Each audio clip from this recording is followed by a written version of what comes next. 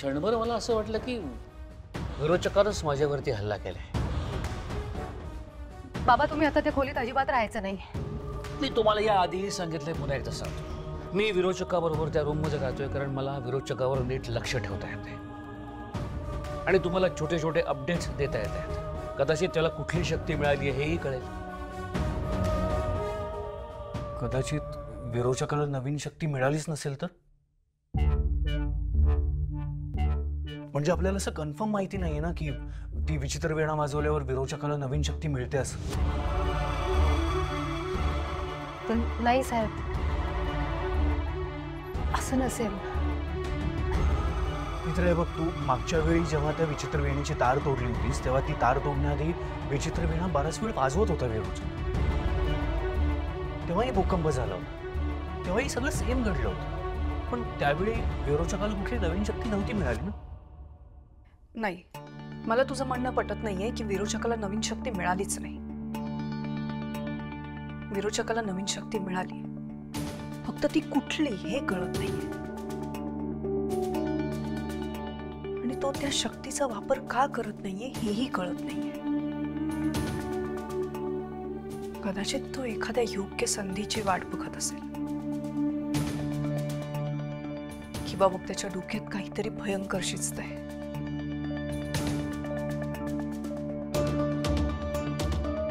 काकू, तन्मय आणि फाल्गुनीताई असं दाखवतात की त्यांचा विरोचकावर विश्वास बसलाय. कदाचित म्हणून विरोचक शक्तीचा वापर करत नाहीये.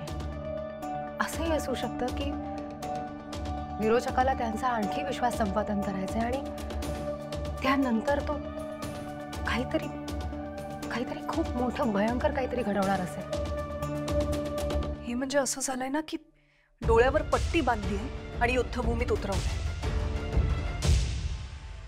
आपल्या शत्रूकडे कुठलं शस्त्र आहे हे माहित नाही आणि आपल्याला त्याच्यावर अचूक वारही करता येत नाही.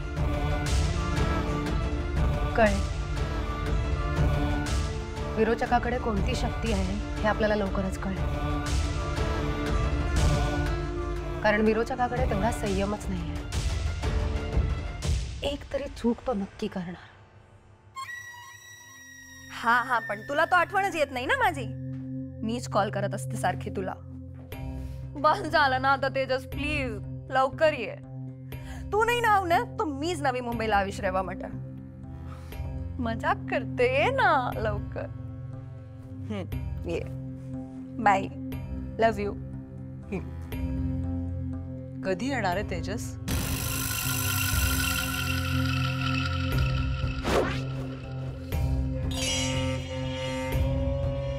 काम झालं की येईल. माझं एक काम करशील का फाल्गुनी? काय? मला जरा लाल भोपळा आणून देशील? कशाला? अगं, लाल भोपळ्याचं सूप आधीला खूप आवडतं म्हणून ते करायचंय मला. म्हणजे त्याच्या आवडीचं त्याला खाऊ पिऊ घातलं तर त्याला माझ्या हातची चव कळेल आणि मग विश्वास बसेल त्याचा माझ्यावर. म्हणजे बोलून काहीच फरक पडत नाहीये ना. मग आवडीचं खाणं पिणं झालं तर कदाचित त्याची वागणूक बदलेल म्हणून करायचंय मला. हो, पण मी तनूला सांगू का? नाही, अगं तनूला अभ्यास आहे ना, त्याचा उगाचच वेळ जाईल. तू पटकन आणून दे ना, म्हणजे तोपर्यंत मी बाकीची तयारी करते. पण प्लीज जा ना, नाहीतर भाजीची दुकानं बंद होते. प्लीज जा.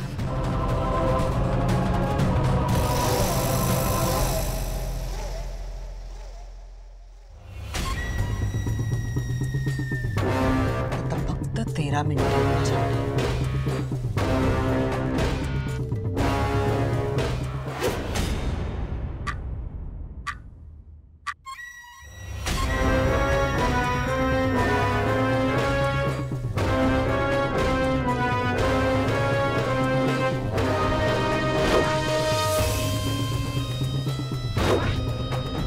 नेत्रा प्रेग्नंट आहे. 2 महिने झाले. तिच्या पोटात बाळ व्यवस्थित वाढतंय. औषधं विटॅमिनच्या गोळ्या सुरू.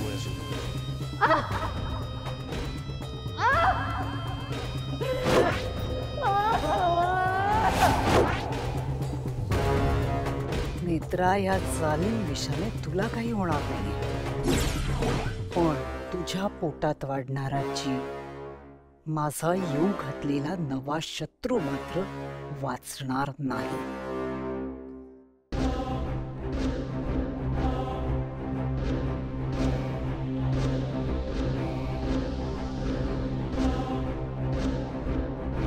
त्रिं फाल्गुने प्रतिबिंबय क्षणाय सिद्धते.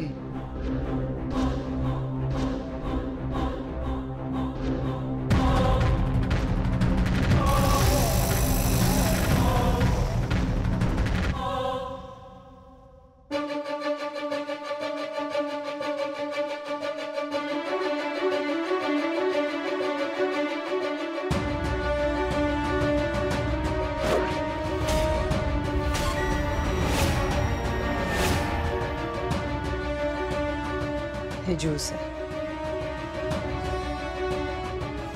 नेत्राला द्यायचं. कितीही नाही म्हणाली तरी द्यायचं. हो देते मी. हे ज्यूस तिच्या पोटात गेलंच पाहिजे. शन.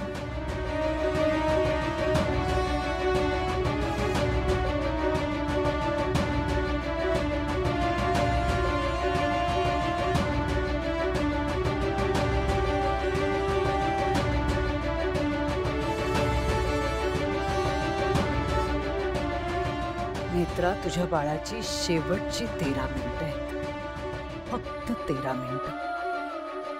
या 13 मिनिटांनंतर तुझी सगळी स्वप्न, इच्छा, आकांक्षा आणि त्या त्रिनयनीची खेळी उद्ध्वस्त झालेली असेल. फक्त 13 मिनिटांचा खेळ आहे.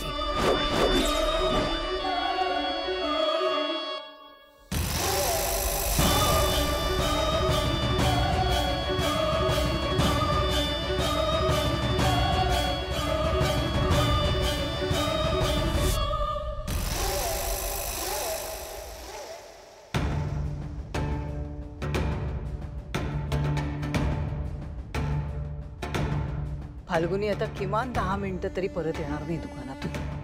तोपर्यंत माझं काम झालेलं असेल.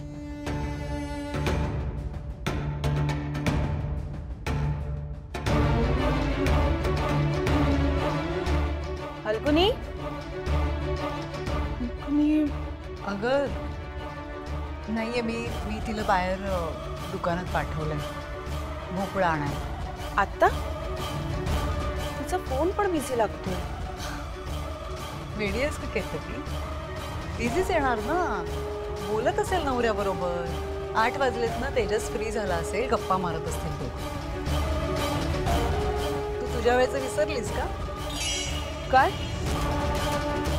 केदार बाहेर जायचा कामानिमित्त, तेव्हा तासनतास फोनवर बोलत बसायचीस बाहेर लॉनवर जाऊन. खाण्यापिण्याची सुद्धा शुद्ध नसायची. तुला विसरलीस?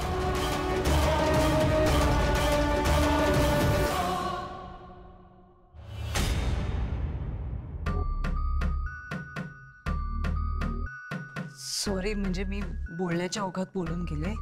तुला दुखवायचं नव्हतं मला, खरंच. I am sorry. तू रागवू नकोस प्लीज. हरकत नाही.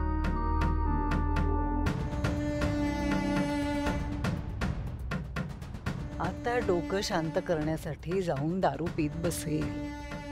उगीच घरभर फिरत बसते.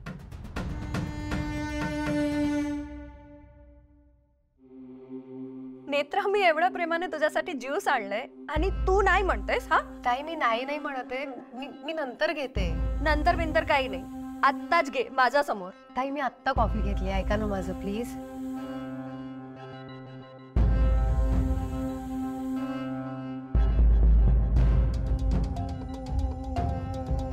आत्ता आम्ही तुझा नाही, तू आमचं ऐकायचं. ओके, खतम कर पटकन, चल. ताई, मला खरंच नकोय. मी काय म्हणते, तुम्ही आता हे फ्रीज मध्ये ठेवा, मी नंतर नक्की घेते. नक्की. नेत्रा, तुला हेल्दी खायला पिला हवं. चल संपव. ताई प्लीज ऐका ना माझं. मला काय चाललंय?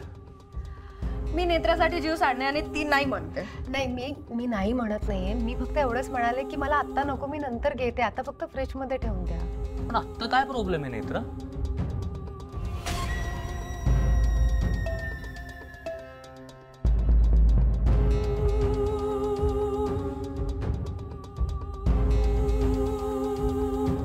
ते काही नाही फाल्गुनी, नेत्राने आता ज्यूस संपवायला हवा.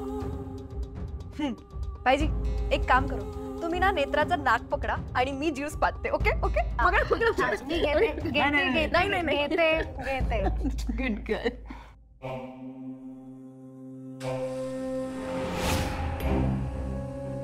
केवढं दिलंय? अरे पी संपव.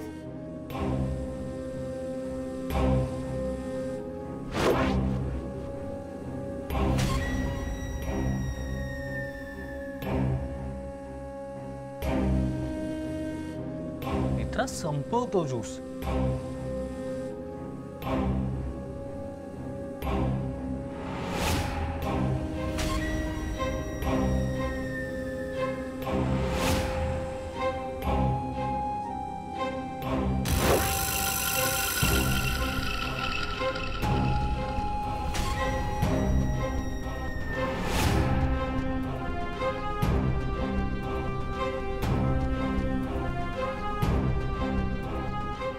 झालं समाधान?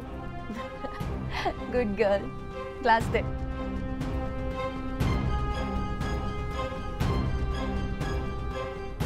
चला येते मी, आराम कर.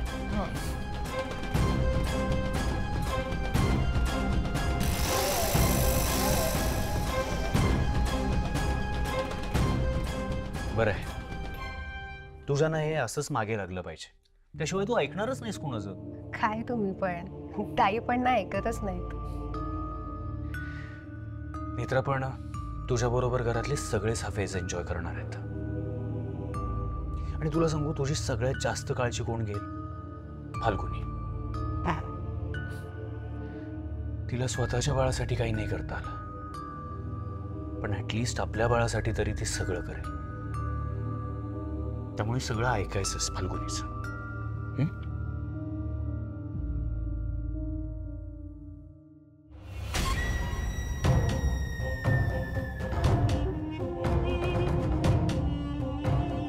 किचनमध्ये किचनमध्ये.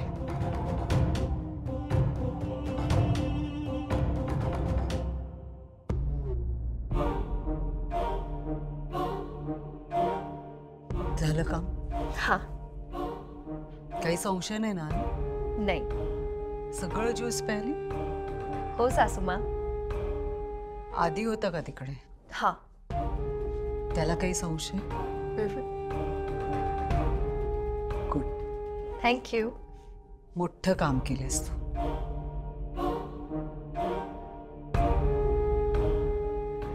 हा हा बाबा, ठेवते मी. Okay bye. आणि काय तुझा फोन बिझी येतोय सतत? अरे तेजस्वी बोलत होते ना. ही मला मिळालेली शक्ती खरंच खूप प्रभावी आहे. हीच शक्ती मला हे युद्ध जिंकवून देणार, आणि त्याची सुरुवात आता थोड्याच वेळात होईल, जेव्हा माझा शत्रू या जगात येण्याआधीच या जगातून निघून जाईल. आता कधी एकदा माझ्यासाठी गोड बातमी आणि त्रिनयनेच्या भक्तांसाठी दुःखद बातमी येते असं झालंय मला. अगं पण तिने आत्ता तुला भोपळा आणायला पाठवलं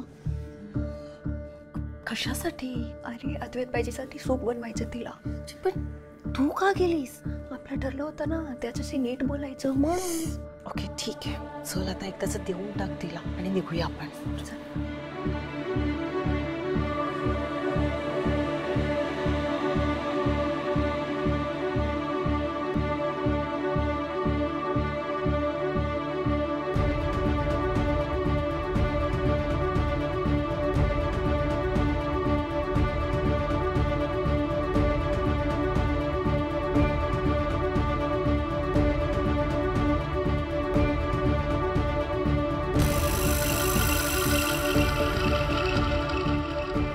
सासूमा, पंपकिन्स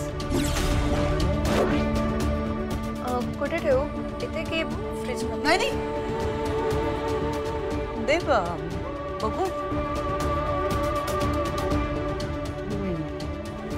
चांगला आहे.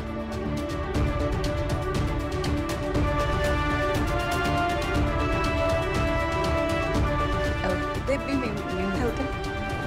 मी जा, मी करते सगळं.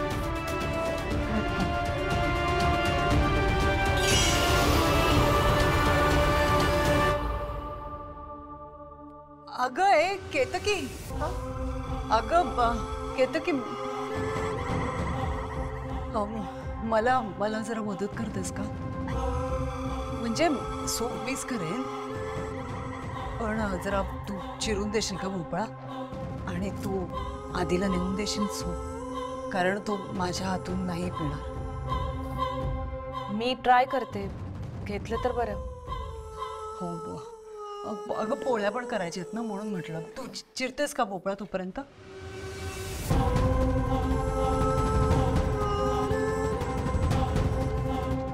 ही शक्ती वापरणं तेवढं सोपं नाहीये. अडकण्याआधीच यातून सुटायचा मार्ग शोधायला हवा, कारण एकाच माणसाची 2 शरीरं घरात वावरतील तर ते माझ्यासाठी सोपं नसणार. बाबा सिच्युएशन कळतीये मला, पण असं अचानक बॅकआउट कसं करू शकतात ते? एवढा मोठा प्रोजेक्ट आहे, एवढा पैसा लागलाय.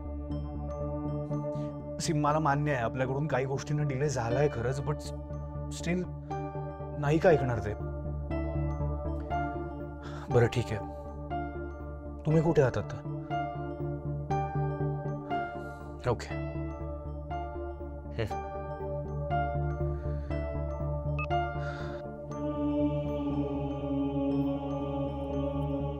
काय झालं?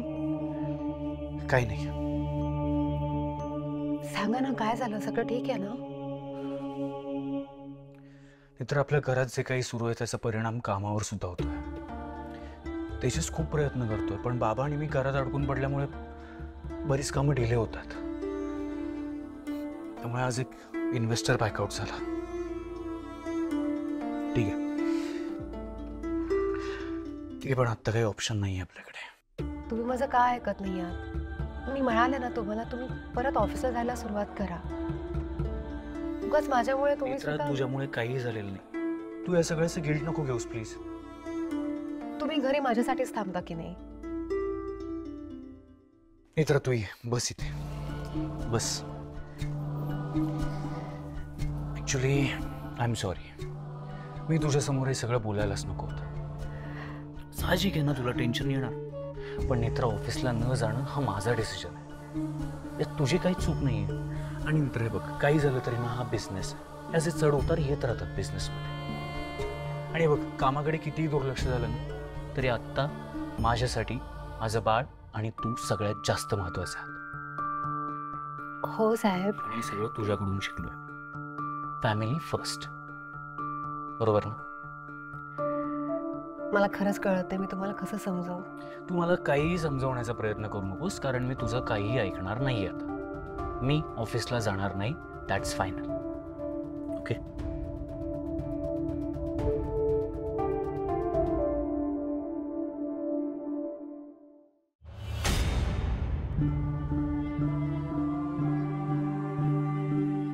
विरोचक परत आलाच नसता तर हे सगळं घडलंच नसतं. मित्रा ठीक आहे ग. हे बघ, आपण सगळं केलं ना ऍक्सेप्ट,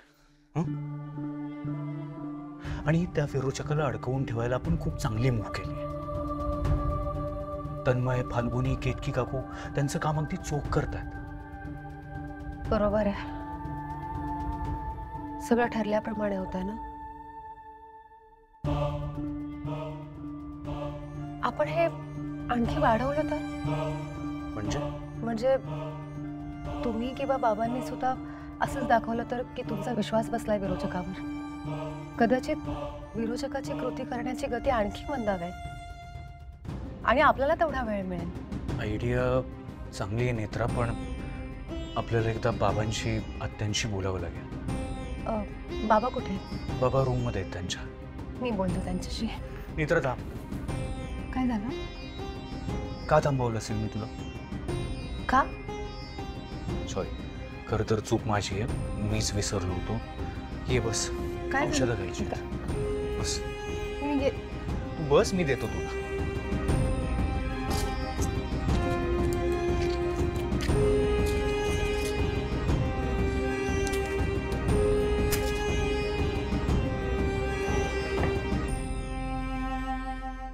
आपलं बाळ आपल्यावर हसत असेल, म्हणत असेल माझे आई बाबा किती विसरभोळे आहेत. पण तुझ्या बाबापेक्षा तुझी आई जास्त विसरभोळी. हा? अख्ख्या जगाची काळजी करते पण स्वतःची काळजी घ्यायला मात्र विसरते. काय साहेब, चल दे.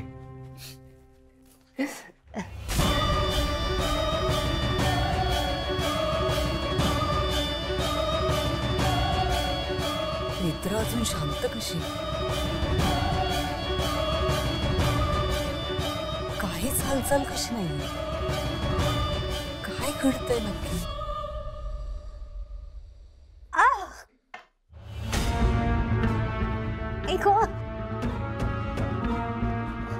मित्र काय झालं?